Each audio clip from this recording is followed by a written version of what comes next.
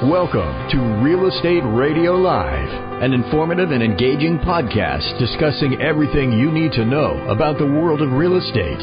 Your host, Joe Caccera, provides you with insight and guidance on how to buy, sell, finance, and invest in real estate. He also offers real estate tax management strategies, new construction advice, home improvement tips, and much, much more. And now, to guide you around the world of real estate, here's your host and Real Estate Radio Live team leader, Joe Caccera. Welcome in, Joe Caccera with Real Estate Radio Live. Thank you for those that are tuning in via Facebook and social media. We appreciate that very much. Most of you know that follow the show. We do the show in the studio here 3 days a week typically, depending on our schedule. And we send the video out on Facebook and social media. And more importantly, then we launch the podcast out every evening to the rest of the world, and we're fortunate to be doing this for almost 9 years, live radio and podcast, and we have just a wonderful following. And again, I always take the time every once in a while to thank all those out there that listen to the show, that download the show, that give me feedback. You know, we've done over, I don't know what the number is now, I think almost close to 1,600 shows since 2011, and I'm very proud of that for just all the great guests, the content, and the information that we've gathered over the years. And I think we have a unique perspective, especially I want to speak to this topic today. And so the title today is the COVID-19, obviously the virus that's spreading and how it's going to affect real estate and lending. Now, some people are going to talk about how it's going to affect lending. Some people are going to talk about how it's going to affect real estate. I think we have a really unique perspective. I certainly do myself here. And the reason is we have done this show for 9 years, and we study real estate and lending and everything about it for the last 9 years. And we've done almost 1,600 shows. So when something like this hits the community and hits real estate and lending and life in general, we're excited from the extent that we could share the information and our feedback and our education. That's the part we're excited about. Obviously, we're concerned, like everyone is, and we hope that everyone out there listening to this podcast stays well and safe and protects yourself as much as you can. And as we get through these challenging times, because they're certainly challenging times, but what I'm going to do today is I'm going to take you through what I think is a very extensive unpacking and reviewing of how COVID-19 is affecting real estate and lending, how it's affecting it right now, and how I think it's also going to affect it going forward in the next maybe 6 to 9 to 12 months, which is most important. And I'm going to give you some pointers. I'm going to share some advice. I'm going to share some suggestions. I'm going to share some things you probably weren't aware of or you don't know about, some ideas I think you should take action on as it relates to real estate and lending as I go through the show today. So again, the title is How COVID-19 is Affecting Real Estate and Lending, basically here in the Bay Area, but mostly all over the United States, but we focus primarily here in Silicon Valley in the Bay Area. So most of you know, I think what I'll do first is start with the real estate. Well, let me start with the lending piece, because honestly, there's a lot of moving parts, in my opinion, more moving parts on the lending piece of real estate than real estate in general. So let me start with the real estate. I'll spend a portion of the show talking about the lending, the financing, the ramifications, some of the changes, some of the things to expect. And then I'll spend the second part of the show talking about how it affects real estate in general, and then tie those two together. So most of you know in general what's a piece of this is because of the easing, the economic easing, there's challenges in the stock market. You're seeing what's happened there. There's extreme volatility, we all know, and we all know the reason why. The volatility is it's obvious, right? We know that. It's because of the virus. It's the spread. It's the unknown. So that we know. So while we're having volatility in the stock market, there also is volatility in the mortgage-backed securities and the lending ability, and also a lot of the credit lines and the lending capabilities of the thousands of lenders out there. So most people think of lending primarily as the big major lenders, and most of those we know, right? The Wells Fargos, the Chases, the B of A's, the Citis, the U.S. banks, the bigger ones we know, and the publicly traded companies, we know them, well, we know of them, let's say. But there's thousands of lenders out there over and above. There's community banks. There's mortgage brokers. There's not many mortgage brokers, but there's mortgage brokers. There's large mortgage bankers. There's small mortgage bankers. There's commercial lending. There's all kinds of lending. So in general, what's going on right now is the Fed did some quantitative easing. We've seen that. We've seen they injected billions of dollars back in the economy, and that's going to work its way through over the next several months or so. Now, in the meantime, most of you heard, I think it was Sunday, that the Fed came out on an unprecedented move and lowered the prime all the way down to almost zero, but it's 0 to 0.25%. They lowered the prime. That was part of the government. That was part of the strategy to ease the concerns, inject money back in, allow people to borrow money at a cheaper rate. That's really what it comes down to. So the aspect of the Fed lowering the prime, really what that does is it allows people to borrow money at a better rate or cheaper cost of money. Okay, so theoretically, a lot of people, which is very confusing, and I'll take a minute to explain it or so, but when the Fed lowers the rate, I must have received 20, 30 texts, 20, 30 phone calls, emails, probably over 100 in general within a 24-hour period of people saying, does this mean my mortgage rate or I could get a mortgage for 0%? And I say that because it sounds funny, but it's not funny because this is what people believe, and because the news and the media doesn't do a very good job at articulating and explaining what that means. So let me take a minute to explain it for those that are confused by it, because it is very confusing. When the Fed lowers the prime, it's the prime lending rate. It's the cost of money out to banks and other resources. So what's tied to that immediately, so when the Fed lowers the prime lending rate, immediately if you have a home equity line of credit, credit cards, adjustable loans, some student loans, a lot of items like that are tied to the prime. Anything that's adjustable or moving is tied to the prime. It has nothing to do, there's no correlation with the long-term mortgage rates and the prime. I know every time the Fed comes out and either raises or lowers, people still think, oh my gosh, does this mean my mortgage rate's going up? Oh my gosh, does this mean my mortgage rate's going down, or I could get a super low interest rate? Now, so it's not tied. There's no correlation there. However, I'll tell you, mostly, for the most part, if you look at historical data, when the Fed lowers the prime, it's because there's economic concern, there's unrest, there's volatility. All the things that we see today is why the Fed lowered the prime, right? So what happens typically is that there's a trailing effect. And what I mean by that is usually because the Fed's lowering the prime, because of the issues we're challenged with today, ultimately that usually equates to lower mortgage interest rates. It just does. If you look at the history, if you track it, I've been doing this for over 20 years, that's what it means. So most of us believe, including myself, that we'll still get eventually really low interest rates and probably all-time lows. Now, so what happened is, and I could tell you to the day, we've been in a refinance market where rates have come down overall in the last 60 days or so. So some people took advantage, hundreds of people, of course, just within my group, but millions of people maybe, had started taking advantage in January and February with refinances because rates were coming down a little bit. Regardless of the COVID-19, rates were coming down a little bit anyway, okay? And then when this started to hit, the mortgage rates are tied to the 10-year yield. So those that follow the yield, that's a tracking kind of mechanism to keep an eye on. And anytime that yield gets below 1.5 or so, you could start guessing that, boy, something's going to happen. These mortgage backs are probably going to improve. And for the most part, the last part I'll equate to to this for you, what might make a little more sense. And I heard this years ago, and it made sense for me, is they say that what happens is the market competes.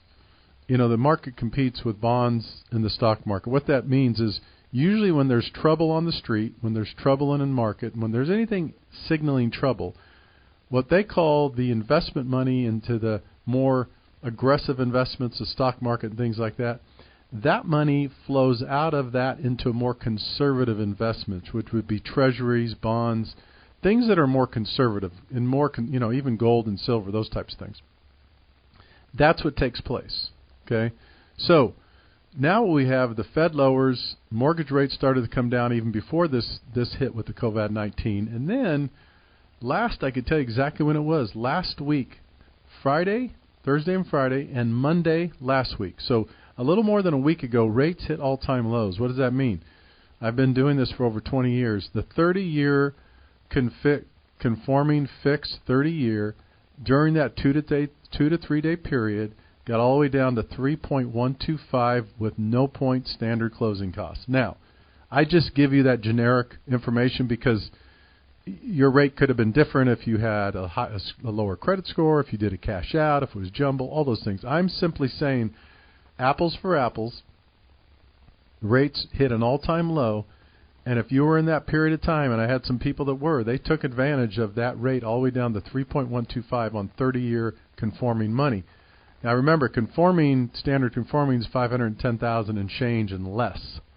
So if your loan amount was higher, you may have paid a little higher interest rate. So this happened last week. Okay, Thursday, Friday, and Monday. Next thing you know, Tuesday, it went off the charts. Rates shot up. Everybody's scratching their head. They're going, wait a minute, something's not making sense here. Even the experts in the marketplace, the global economy, they're looking at this going, how could the 10-year yield be below 1%? And how could that be tracking? How could the economy doing what it's doing? And how could the stock market be really having these volatilities? These rates should be, the rates theoretically should be in the 2%. And this is what had everybody scratching their head, including myself. We thought, hey, these rates are going to stay. So here's what happened. Rates are now, as of today, I'm telling you, it's hard for me to believe, rates are now artificially high. They just are. And someone's asked, well, why would the rates be so high? And it's a great question, so I'm going to talk a little bit about that. The rates are artificially high. So for those people that are, we're getting more on the purchase side and the refinance and what that means to you. So the rates are now a half to 3/4 higher than they were at their all-time high. Interest rates right now are in the high 3s and low 4s. It's crazy. It makes no sense. And here's the reason why. It's because there's a combination. The uncertainty in the marketplace. The lenders don't know how to price this stuff out because they don't know from one day to the next what's going to happen in the market, what's going to happen with the COVID-19. Is it going to get worse? Is it going to get better? Are we going to get some good news? It's extremely volatile. I've never seen it like this before. We're having rate swings. Just to give you some frame of reference, usually in a regular mortgage market, we have maybe 1 or 2 rate changes a week. Maybe. Sometimes none. In these last couple of days, we've had sometimes 8 or 9 rate changes in one day, up or down in different directions. It's nuts. It's crazy. So this is because of the uncertainty in the marketplace, number one. And number two, the other part of it is the lenders got inundated in that last week. The refinance market hit. It hit the bottom. People that were ready, people that had applications, and people that acted quick took advantage of that, and it basically plugged up the lending system for 4 or 5 days. Our company alone, just our company, is a large mortgage banking company, New American Funding, locked over 14,000 loans in one day. One day. So I'm sure when you times that times thousands of lenders throughout the United States, and even some lenders that are major lenders bigger, it was a massive 3 or 4 days of locking rates and trying to. So pipelines got jammed. They couldn't handle the volume. And then up comes the severity of the COVID-19. So when you had this perfect storm in a negative way coming together is why you have higher interest rates right now. Most people can't answer it. Most people don't understand it. But it is so volatile that they don't quite know how to price them. So those are the combinations. Those are the reasons why the rates are artificially high right now. So what I'm recommending, I've sent videos out and emails, campaigns. What I'm recommending is this. If you have an interest rate that's 3.5% or higher, you could likely or possibly benefit from a refinance. You can't right at the moment. But if you want to be ready, this is my suggestion. I'm already getting hundreds of people that are taking advantage of this recommendation, and I'll get many more in the next couple of weeks. My recommendation is this. Get your paperwork in, get approved. It doesn't take time. You get your paper for us, you upload your documents, it goes into our system, into our origination system. Within 24 hours, you're approved. We do not order the appraisal. What it does is it keeps us. We have now your loan in place. We have you approved so that when these rates come down, and I really believe they will, when these rates come down the next 2 to 4 weeks, could be 2 days, could be 2 weeks, could be 4 weeks, we're going to be in position to lock those people in and take advantage of all-time low interest rates. Now, some people will say, well, Joe, I'm just going to wait till the rates come down. Here's the problem. And I'm not, this is not a shock. This is not for shock value. This is the reality. Just like I explained what happened a week or so, this is very common in a rate environment like this. When interest rates come down and they hit the low, typically they only stay there for 1 or 2 days, 3 days maybe. Again, I could share the history with you over the years. This is what happens. So this is why my recommendation is for people to get the paperwork in, get approved. That way when these rates hit and you have this 24 to 48 hour window, whoever you're working with could lock you in. Secure that rate, order the appraisal, move on, get going. So that is what's going on in the mortgage market. Okay? Some other things you need to be concerned about and be educated about in regards to refinance, and I will get to the purchase and real estate side in just a couple minutes. Title companies are being affected. Title companies are being shut down. People can't go in. A lot of them are still working. The county offices right here in Santa Clara County where we operate, all the counties around us are shut down. So that means the county recorder's office. Most of us take for granted that title and escrow then, we do our title and escrow with a loan. It closes and records with the county.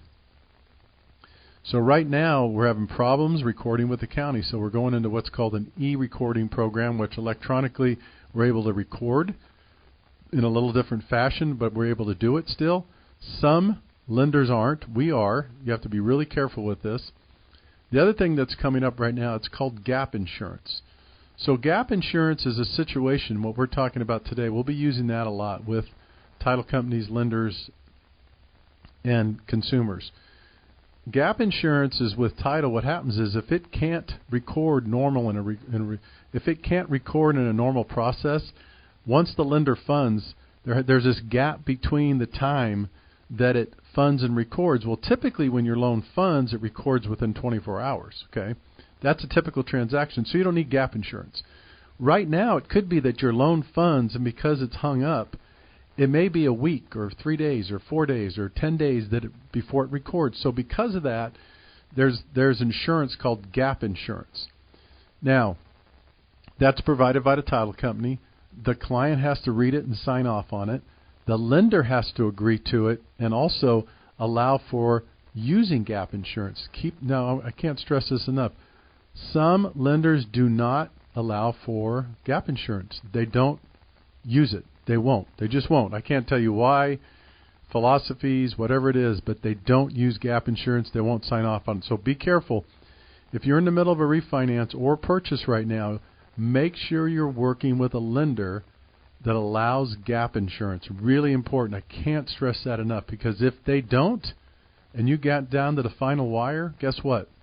You could lose your rate lock. You could lose the contract. You could lose your deposit. There's a lot of things that are in jeopardy right now.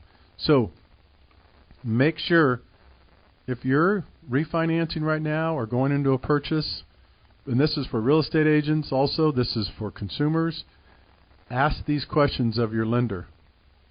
Do you allow for gap insurance? And don't just take an answer for them to say, I think we do, or don't worry about it. Don't take that for an answer. Have them get you something in writing that says they allow for gap insurance. Okay, so that's really, really important. All right, so that gives you a pretty good rundown on the lending world, what's happening in financing. Now let's get into the purchase part, and let's get into real estate, how COVID-19 is affecting real estate and the purchase market. And it's affecting it drastically recently. Okay, in general, I'll break this down for you. So on the purchase side, right now, many real estate companies are shut down. What I mean by that is they're not allowing the real estate agents to show homes. They're not allowing the real estate agents to list homes. They're not allowing the real estate agents to do open houses.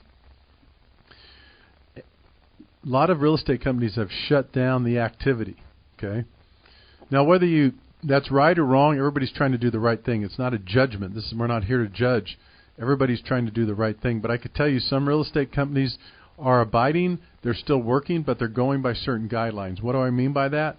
Their companies have set up guidelines because they still want to serve the clients. So their companies might say, okay, you could show a home, but this is what you need to do. You need to do these 10 things if you want to show a home. Okay, you could do an open house, but you need to do these 10 things if you do an open house, and these things have to be in place in order to do the open houses. Okay? So be real careful with that. A lot of people were thinking about putting their homes on the market. Now they're not putting their homes on the market. I understand that.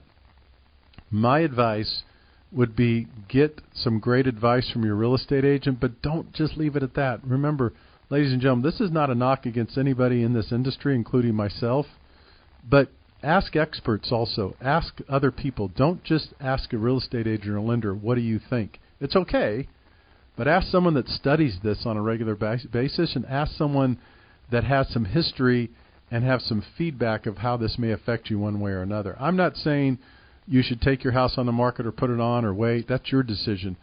What I'm saying is educate yourself and make sure you get enough information from people that are experts and people that really have a diverse amount of knowledge to be able to provide that to you.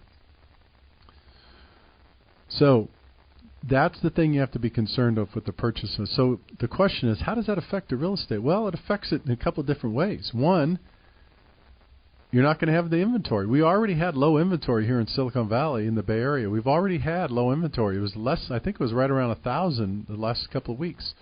So you're probably going to get inventory that drops. So it's likely that you're going to get less and less inventory. My guess is over the next couple of months, we'll see how long this holds out. There's a likelihood that you're going to get less inventory on the market. So what does that mean? Normally when you have less inventory on a market, it becomes a seller's market. But remember, that's in a normal, thriving market. We are not in a normal, thriving market. We are in a market where people's jobs are in jeopardy, where revenue's in jeopardy, where corporation earnings, all kinds of issues are in jeopardy right now. So it's not a normal market. So look for this. Less inventory, less options. However, I'm going to look on the bright side, and I'm going to share some what I would call the bright side and the positive parts of this as well. Everyone should do what's best for them, first and foremost for their health and their safety. Secondly, there's always opportunities in markets like this. And I don't mean that taking advantage of opportunities. I'm saying that if you have low inventory, and if you're a serious buyer, keep an eye on the market, because this could turn into a very, very good buyer's market right now. And some people might say, well, Joe, why are you saying that? What are you doing? Why would you bring that up when you don't want to take it? No, that's not what I'm saying. This is a business conversation. This is a business podcast, and this is education information. This is not an emotional, geared podcast. My point is, if you're a buyer, and if you're a serious buyer, I would really start focusing right now and have your chips on the table and be ready to make some offers and look for opportunities. I believe that. If this continues a little bit longer, there could be effect in some of the prices of real estate. It just is. I mean, some people don't want to say it. Some people don't want to have reality-based conversations, but it's going to happen. There could be, I'm not saying there could be a settling in some of the pricing with real estate in the Bay Area. I mean, you just do economics 101, supply and demand. If you have less supply and now you have less buyers, people less interest all the way around, you're going to have what I would call a stagnant market. Anytime you have a stagnant market, usually it benefits the buyer. So I would say this, for buyers, be ready. There may be some deals out there, maybe some great opportunities out there, and I would keep an eye on that, and I would really work with a good real estate agent to make sure you're in shape. Make sure you're pre-approved. And again, I'm going to piggyback this with lending. Speaking of pre-approved, if you're out looking for a home, if you want to take advantage of this marketplace, if you're a buyer, make sure you're pre-approved. But make sure you're pre-approved with a lender that's doing two things. And I'll bring this up now because it's the purchase market too. It's appraisers.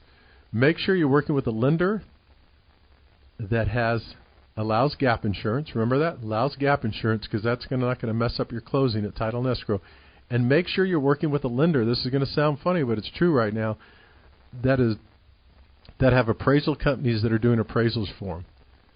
I heard today, and I don't think this is a rumor, I think it's true, Wells Fargo, B of A, I'm not sure if it's Chase or not, I think it was Wells and B of A, are not doing appraisals at all. They shut them down in the counties surrounding us. We're doing appraisals. New American Funding is doing purchases. We're doing appraisals. Some other companies might too. I can't speak to those. All I'm saying is, before you get approved, and this is for the people, keep in mind here, this is for the person that says, hey, Joe, no, I'm good. I've been approved with Wells Fargo, B of A for 6 months. I'm good. No, you're not. Not right now. And I'm not laughing because it's funny. If you've got a pre-approval with a lender and you've been pre-approved for several months, don't make the mistake and think that this is not going to affect your purchase. You need to go back to that lender. Ask them, do you have gap insurance? Ask them, are you able to order appraisals? Right now, some lenders cannot order appraisals. They've shut it down. We can. Now, so just to summarize, how's this affecting the market, the purchase market, the real estate market? Be prepared. If you're approved, make sure you're working with a lender that has gap insurance, that allows it, and also that has lenders that are using appraisal companies that are going out. Some of them are shutting down appraisals. Okay, so those are two really, really important things to keep in mind. How does it affect the sellers? If you're looking at the sellers market in real estate, that's an open question. So I could tell you that typically when you have low inventory, it helps the sellers. Typically in a low inventory market, it's good for the sellers. Usually sellers get a premium, or they get what they ask for, or just because there's less inventory. That's supply and demand. I don't think it's the case this time around. And this may sound funny too. I think it's still a great market. I do. It's just a limited, stunted market. And what I mean by that is, I think in the next couple of weeks, rates are going to come back down. So you have a great cost of money, okay? If you plan to live somewhere for 5, 7+ years, it's still a great time to buy. It's still a great time to sell. It is. And I'm not saying that so that people, I understand if someone wants to put things on pause. I understand if someone doesn't want to sell a home. I understand if someone is, don't get me wrong, but what I'm saying is, hopefully, for those that are interested, and if the time's right for you, now is still a good time to exercise this market and be an active participant in this market. And I'll tell you another reason why. And I'm going to go into a category I talked about when I started this show that a lot of people aren't going to talk about, but I am, because I've seen it affected in things in the past, and I could tell you it's going to affect it in this market. And a lot of people won't understand this and won't talk about it, but this is the reality, and that is this. Over the last couple of weeks and over the next several months, this COVID-19 and the results of it are going to affect people's job and their income. It already has. So what does that mean? Why are you saying this, Joe, as a real estate? Well, let me tell you why. There could be people right now, or as of last week or a month ago, that were making a great income that either now are part-time or they're out of work. It's a tragedy, number one. But number two, the reason I bring this up, if there's a chance that this drags on and you don't have a job, or you don't have the income ability that you have a year from now, or 6 months from now, or 8 months from now is another good reason to pull the trigger on real estate or refinancing or getting your money in order before a potential loss of a job. Now, someone might say, well, Joe, that doesn't make sense. You're asking someone to to go buy a house and they might potentially lose their job. No. What I'm saying is, if you own a home right now and you're thinking about refinancing, or you were thinking about buying, all those decisions are up to you, and you don't want to do something, obviously, if you think you're not going to be making income. I'm not suggesting that. What I'm saying is, if now is a good time because your optimum, your income's at the highest level, you're showing bonus, you're showing whatever. I mean, everybody's in a different category. I'm saying it's something to consider. And also on the refinance side, since we're talking about financing as it does a purchase, now is a great time to consider refinance or consolidate debt, pay off credit cards, pay off a second, pay off student. Now is a great time to do that right now, even if the rates are a little bit higher, and they're still good. Historically speaking, our rates are still at 35, 40-year lows. So they're not bad. They just should be lower. So now is another good time to consider refinance right now at this moment if you think your job's in jeopardy in the next couple of months. And here's the reason why.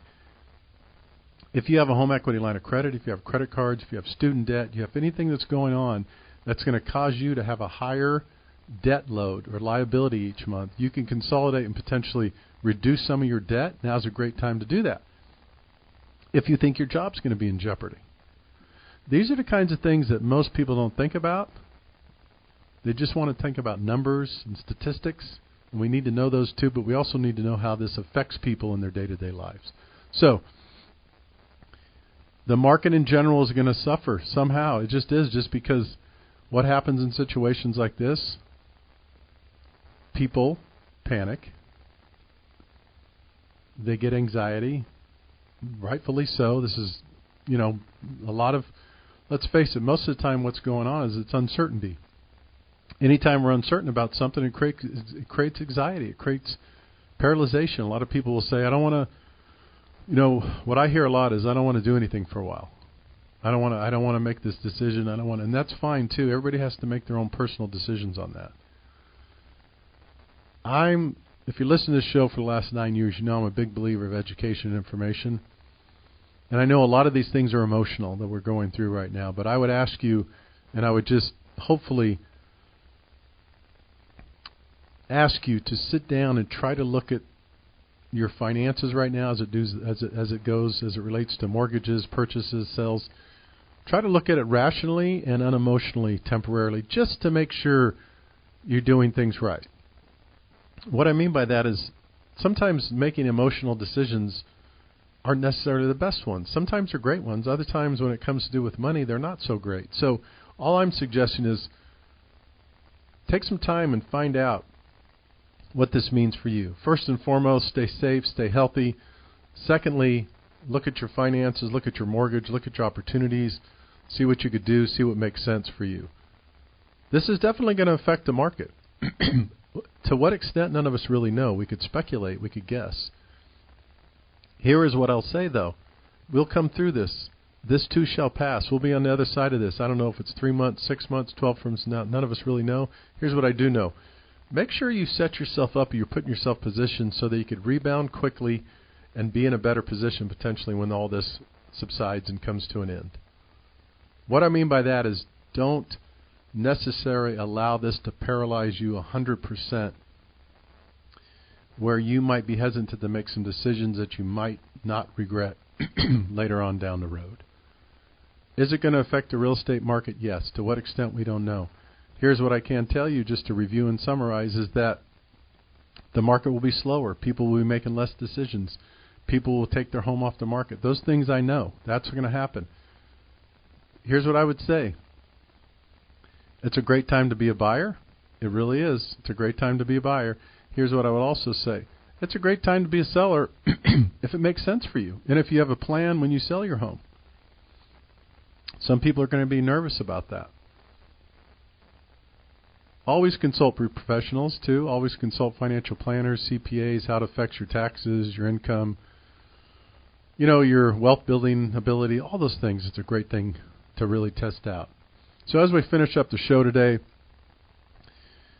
I just want to wish everybody the best. There's going to be some challenging times. I'll be giving you an update once a week on the market, how COVID-19 is affecting real estate and lending.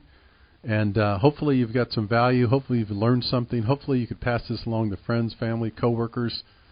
But I could tell you this. I believe rates are coming back down. And I could also tell you that it's going to have an effect on the real estate market. Make your decisions based on what's best for you, your family, your partners, whatever it may be. And great time to be a buyer. And for those that want to capture the interest rates, line yourself up, whoever you're working with, Get yourself approved, be in line, be ready to go when those rates drop and you can lock in. And lastly, whether it's a purchase or refinance, please remember, whatever lender you're working with, make sure that they allow for gap insurance, number one, and make sure that they're able to order appraisals. Those are two really big pieces of the puzzle that could affect your purchase or refinance in a big way. All right, as usual, if you have any questions, you can contact me anytime, joe@reradiolive.com, or you could contact me at 408-838-9060. Thanks again for listening. Thanks again for checking in, and I wish everyone a safe and well week. Until next time. You've been listening to Real Estate Radio Live. For more information on today's program, visit RERadiolive.com. That's RERadiolive.com. Subscribe to our podcast. Discover more at RERadiolive.com.